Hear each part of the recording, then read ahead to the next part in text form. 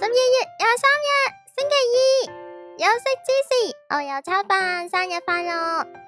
12月23號發生嘅事係 IFC 商場聖誕後勤總部嘅大門開啟咗，有獨家揭開呢個神秘又精彩嘅節日幕後準備工作，然後去呢個 IFC 商場就可以探索隱秘又充滿奇妙驚喜嘅聖誕世界，應該可以睇到，又係有唔同場景可以見到或者打卡咁樣，都有多個活動體驗咗拍照機會，然後只要捐呢個港幣180蚊俾願望成真基金，就可以喺指定時間預約同呢個聖誕老人合照。之後好似仲有呢個連咗呢個相架或者係聖誕老人嘅禮物仔咁樣，可以拎埋返屋企。唔知你有冇真係同過聖誕老人合照？由細個，肯定細個到而家。你淨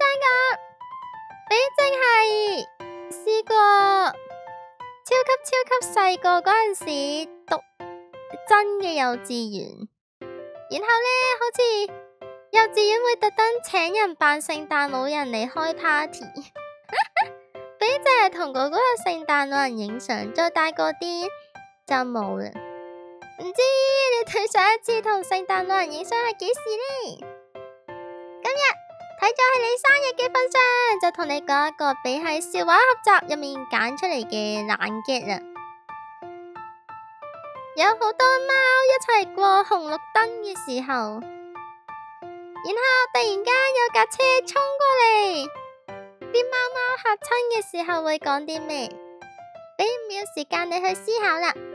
5、4、3、2、1，零。答案係喵。因為貓唔識講人話，哈哈，好笑。今年相對我又炒飯講嘅嘢係咪又係玩卡 game、打卡 game 對戰嘅一年？今年好似都係咁樣，間唔少會見到你出現咁樣。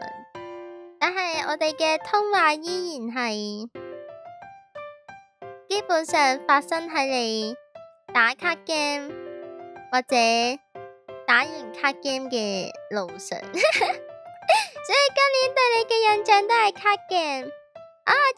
仲有你必到呢個本身嘅約會比比立牌，唔知佢有冇帶啲好運俾你？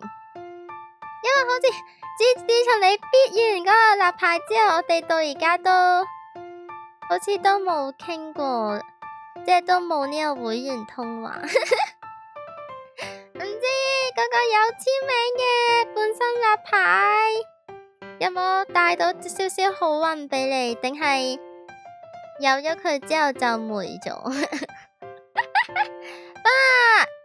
既然對你嘅印象仲係卡 game 咁，今年都係祝你可以對戰贏多啲，或者爆卡可以爆到啲想要嘅卡，爆到啲貴啲嘅卡。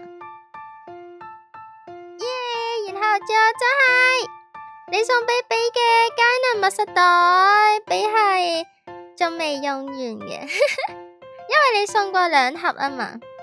第1盒呢俾用完，但係呢第2盒新啲嘅呢係仲未用完，遲啲就同你 update 先有密實袋近況啦。